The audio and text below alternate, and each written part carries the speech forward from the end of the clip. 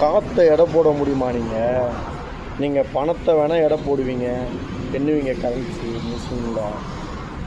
எங்கள் சார் காற்று மாதிரி எந்த திசையில் வருவாருன்னு தெரியாதுங்க.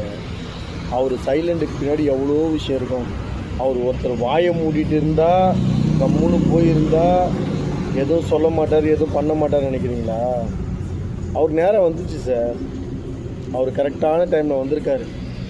யாரும் இல்லாத போது கிரவுண்டில் விளையாடி என்ன சார் பண்ணுறது?